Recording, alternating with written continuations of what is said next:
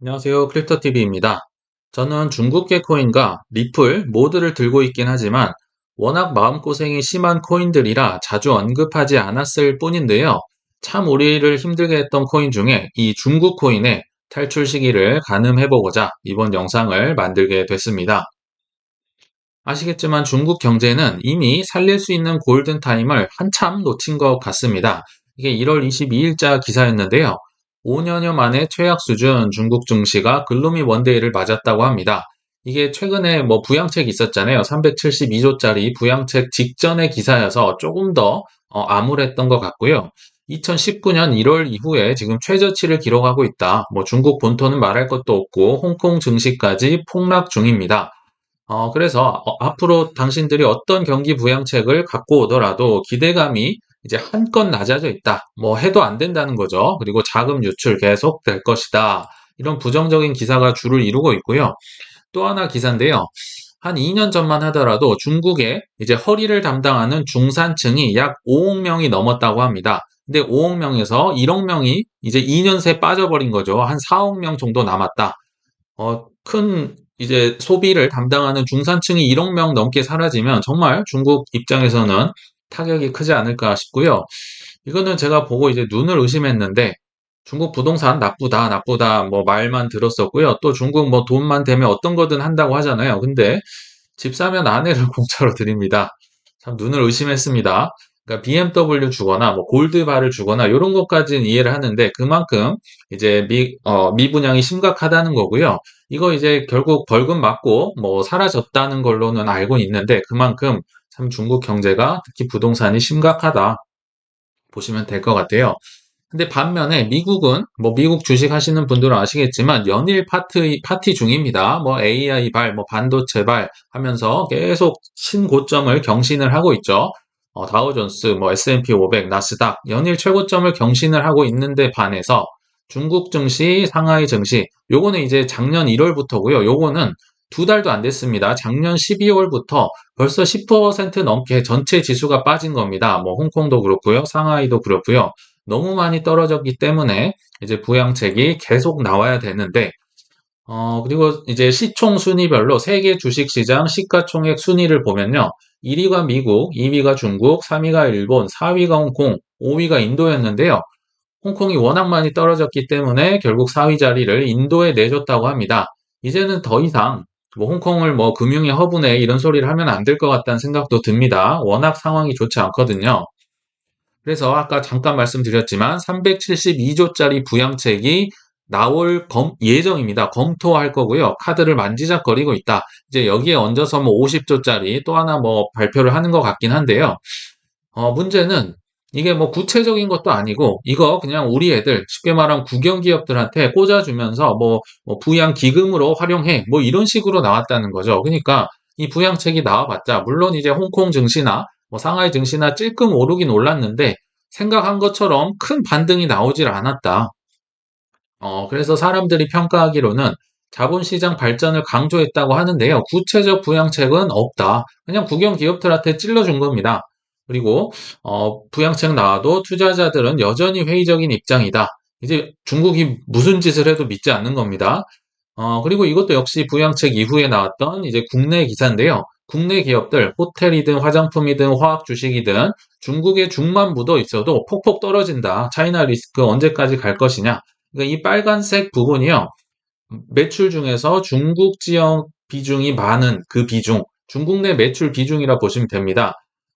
삼성과 SK 뭐 반도체발 이제 좀 선방하는 걸 제외하면요. 이게 연초 이후 주가입니다. 많이도 안 됐고 올해 1월부터 뭐 20 며칠까지 집계를 내보니까요.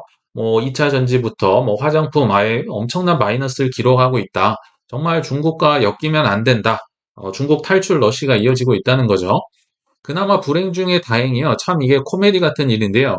한 달 전쯤인가요? 제가 중국의 게임 규제 관련된 거 좀 소개를 해드렸었는데요. 그 홈페이지에 게임 규제한다는 그 초안이요. 조용히 사라졌습니다. 이게 참 그들 입장에서도 이례적인 거죠. 이례적이라고 평가를 했는데, 그러니까 이 홈페이지 중국 뭐 국가신문 출판서 뭐 게임 부분을 담당하는 홈페이지에서 온라인 게임 이제 관리 방안의 초안이요. 갑자기 사라졌습니다. 그 전에 그 게임 그 국장 뭐 잘랐던 것도 예전에 한번 소개를 해드렸었는데 초안이 사라졌습니다. 참 신기한 것 같고요. 그래서 이제 게임 뭐 텐센트나 뭐 이런 주식들은 조금 올랐던 걸로 기억을 하고요. 그 초안이 얼마나 뭐가 많았냐면요. 그중에 이제 17항, 18항이 가장 문제로 지적된다. 얼마나 많았으면 17항, 18항이 있는 거고요. 특히 이거는 가장 심각했었는데 이게 지금 지워졌다는 거거든요. 17항을 한번 보면 게이머들은 강제로 전투에 참여하는 걸 금지시켰다. 너무 뭐 폭력적이다, 뭐 영적 아편이다 이런 얘기 했잖아요. 근데 아시겠지만 게임 중에 롤플레잉들은 대부분 싸우는 건데요. 싸움을 하지 말라고 한 겁니다. 그러니까 이 업계를 혼란에 빠뜨릴 만하죠. 그리고 18항은 이제 지출 한도를 설정하고 뭐 보상도 금지한다. 쉽게 말하면 뭐 플레이 투원 이런 거 하지 말라는 건데 이 두 개가 핵심적인 건데 요게 이제 사라졌기 때문에 조금은 뭐 이제 긍정적인 기대를 한다. 어찌 보면 정말 코미디 같은 일들이 지금 일어나고 있습니다. 그러면 이제 다시 본론으로 돌아와서요. 중국은 어쩌다가 이 지경이 됐을까? 물론 뭐 아시겠지만 가장 큰 원인은 이분 때문이겠죠. 근데 두 번째 원인을 제가 한번 생각을 해보면요. 지도부, 특히 경제 수장들, 리더십들이요. 현재 부재합니다. 좀 연륜과 경력이 쌓인 분들, 예를 들면 유허 부총리, 최근에 은퇴했었고요. 최근 1년 새에 다 벌어졌던 일입니다. 거슈칭 은행 감독장 역시 은퇴를 했었습니다. 그리고 유일하게 할 말을 했었던 2인자였었죠. 전 총리 리커창 총리는 뭐 아직도 뭐 왜 죽었는지 모르겠어요. 의문사인지 뭐 어떻게 됐는지 모르지만 어찌됐든 사망을 하고 이런 일들이 많으면서 이제 직언을 하는 분들은 없고요. 다 어찌 보면 간신배 뭐 이런 분들만 남은 것 같아요. 그래서 이 독주를 막을 수가 없는 거죠. 그래서 이제 고작 한다는 게 뭐 통계 조작 시 당적 제명 등 처벌 경고 이 말인즉슨 통계 조작을 했다는 말이겠죠. 뭐 취업 통계도 받고 보고 GDP도 조금 마사지를 해보고 그러니까 이제 뭐 처벌하겠다 뭐 경고를 하고 있는 거고요. 또 중국 당국에서 헤지 펀드에 공식적인 건 아니고요. 비공식적으로 전화를 돌려서 공매도 자제해 주세요. 비공식적으로 요청을 했다고 합니다. 공식적으로 하면 좀 창피하잖아요. 그래서 이제 본질은 바꾸지 않고 이제 이렇게 신나게 땜질만 하고 임시 방편으로 처방만 하고 있다. 참 안타까운 것 같습니다. 그래서 이제 좀 웃으시라는 차원에서 제가 가상 소설을 써봤습니다. 맞을지 뭐 틀릴지 모르지만 좀 웃으시라는 차원에서 만들었습니다. 일단 중국 정부도 뭐 대책이 있어야 될 거 아니에요. 그래서 회의를 할 텐데, 그래서 중국 정부는 경제 탈출을 위해서 어떤 회의를 하고 있을까 한번 제가 나름대로 생각을 해봤는데요. 미국 정말 잘 나가네. 뭐 시진핑이 이런 얘기 했겠죠. 뭐 주식도 잘 나가고 있고 현물 ETF도 하고 있고 부럽겠죠. 근데 우리는 뭐 주식도 떨어지고 탈중국화도 심해지고 좋은 아이디어 없나? 이렇게 얘기를 했겠죠. 그러니까 이제 주위에 수많은 관료들이 이런 얘기 했겠죠. 돈 풀기 하시죠. 했더니 그거 어제 썼잖아.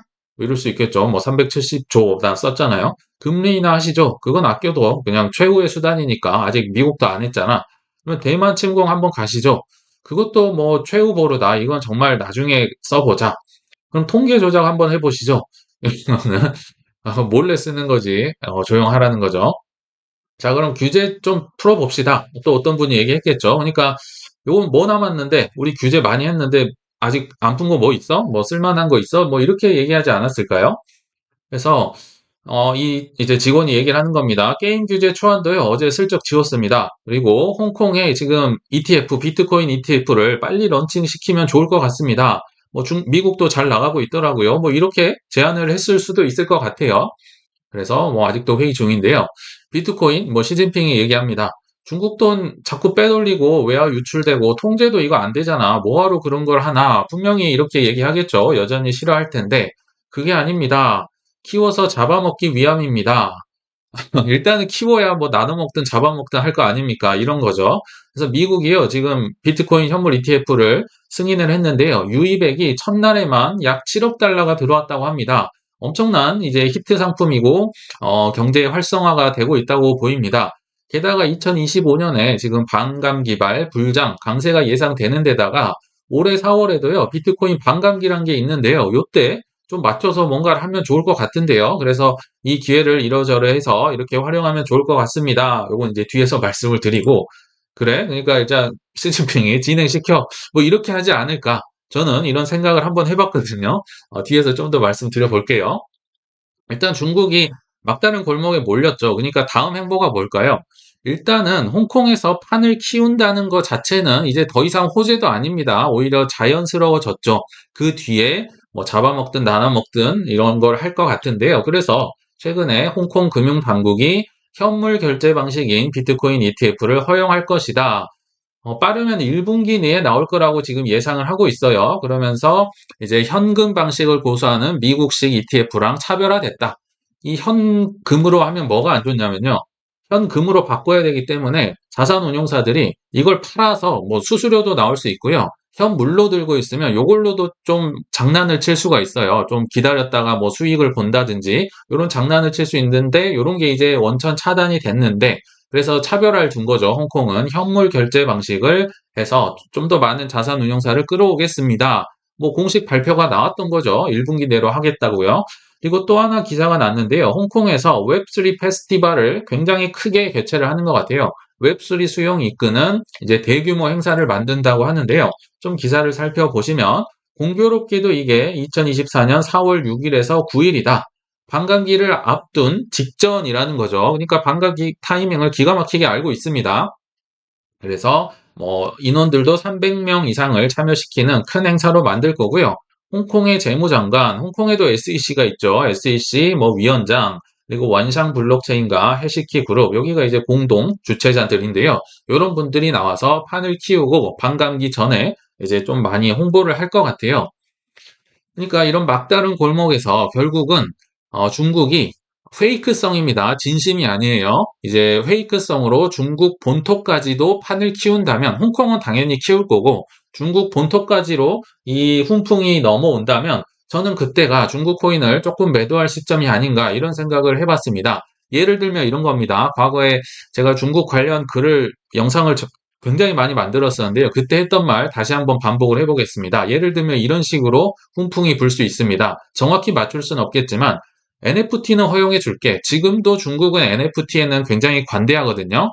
단 중국 지정한 내가 지정한 뭐 거래소에서만 사고 팔 수 있게 할게. 뭐 이런 식으로 나올 수도 있을 거고요. 또는 채굴 허용해 줄게. 대신에 허가된 지역에서 우리 정부에 등록한 후에 채굴해. 이러면요. 나중에 뭐 신상 정보나 뭐 예치한 뭐 코인이나 이런 걸 다 파악할 수 있기 때문에 뭐 이 정도는 해줄 수도 있겠죠. 또는 아예 국영 거래소를 차려버립니다. 만들어서 여기서만 민간 코인들 거래하게 해줄게. 뭐 이렇게 할 수도 있겠죠. 그래서 나중에 거래소만 옥죄면 그만입니다. 나중에 일단 판을 키운 다음에요. 또는 이제 개인들 입장에서는 도망갈 수 있으니까 뭐 다른 데로 보내고 할 수 있으니까 보증금을 받고 한다든지 그러면 이 보증금은 날려먹는 거죠. 이제 해외로 도망간다 하더라도 이런 식으로 이제 중국 본토로까지 훈풍을 불 수 있다. 그러나 결국은 이 목적은 뭐냐? 양성화시킨 후에 결국은 중국은 예전에 뭐 거래소 금지, 뭐 채굴 금지에 이어서 지금 딱 하나 남았죠. 소유 금지 카드까지도 쓸 가능성이 높다. 그러니까 불장을 꺼트릴 카드로 소유 금지를 저는 쓸 거라고 봅니다. 왜냐면요. 결국은 뭐 사회주의 내에선 통제를 할 수밖에 없다. 그리고 또 하나, 뭐 중국도 그렇고 한국도 마찬가지인데요. 이 정부를 설득할 블랙록 같은 어마어마한 기업이 없습니다. 시진핑을 설득을 해야 되는데요. 뭐 시진핑이 이미 블락락 위에 있는데요. 그러니까 이런 여러 가지 이유로 결국은 양성화시킨 후에 이제 배신을 하는 거죠. 목을 이제 쥐어 짜지 않을까 저는 이런 생각이 들고요. 그래서 25년이면 뭐 25년은 원래 오는 불장인 거고요. 24년에 이제 이런 훈풍이 만약에 분다면 중국 코인들을 좀 많이 매도를 한 다음에 뭐 현금을 확보한다든지 환전을 하자. 그러니까 중국 코인 말고도 좋은 코인 많은데 굳이 중국 코인에 목매서 힘들게 투자할 필요가 없다. 이런 얘기를 드리는 겁니다. 어, 이제 정확하게는 25년까지는 가야 최고의 불장을 맛볼 수 있다는 생각이 변함이 없기 때문에 이제 매도 후에 환전을 하자 이런 표현을 썼었고요. 실제로 이런 사례들이 있었습니다. 기억나시겠지만 23년 5월 달, 5월 말쯤으로 기억을 하고요. 이 CCTV라는 중국의 공영 방송이죠. 10억 명 이상이 보는 방송에서요. 바이 비트코인 마크가 떡하니 나왔었습니다. 나중에 요거 뭐 삭제를 시키긴 했지만 바이 비트코인이 나왔었고요.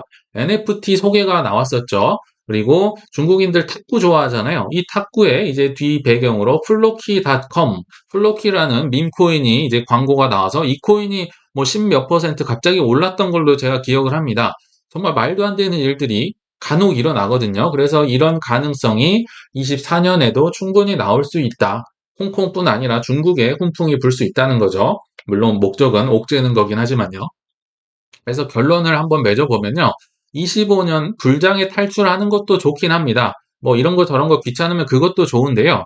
24년에 만약에 본토 훈풍, 그 훈풍이 중국 본토로 넘어온다면 저는 매도하고 환전하는 것도 나쁘지 않겠다. 그 이유들로 일단 미국의 비트코인 현물 ETF 승인 효과를요. 중국의 수장들은 매일 보고를 받을 겁니다. 눈으로 지금 확인을 하고 있겠죠. 돈이 이제 넘어온다는 거를요.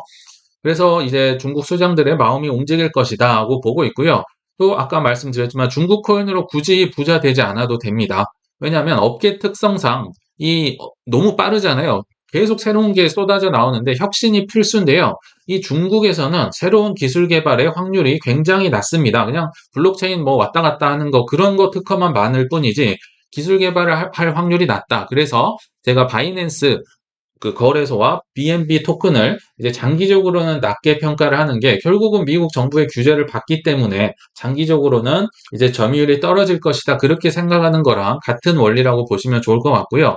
그래서 결국은 이런 중국 훈풍도 통제를 위한 양성화일 뿐인 가능성이 높으므로 전적이 많잖아요. 그래서 불장 때 결국 뭐 소유금지 카드나 여러 카드를 꺼내들 가능성이 높다. 이렇게 생각이 듭니다.